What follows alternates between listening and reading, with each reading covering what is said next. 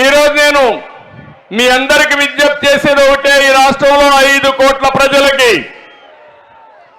తెలుగువారు ప్రపంచం మొత్తం 10 కోట్లున్నారు.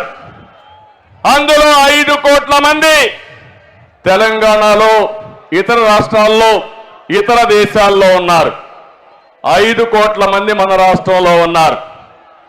ఇంకో పక్క మీరు చూస్తే కనిగిరిలో ఉండేవాళ్ళు ఇక్కడ పేదరికంలో ఉన్నారు.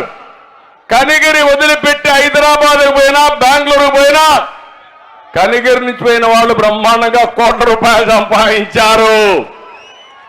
దానికి కారణం మీరు ఒక్కసారి ఆలోచిస్తే, అలాంటి అవకాశాలు ఇక్కడ క్రియేట్ చేసి ఈ వెనుకబడిన ప్రాంతమైన కనిగిరి బ్రహ్మాండంగా అభివృద్ధి అవుతుంది. అదే హామీ ఇస్తున్నా. తప్పకుండా దశ దిశ కనిగిరికి మార్చే బాధ్యత తెలుగుదేశం పార్టీ తీసుకుంటాం.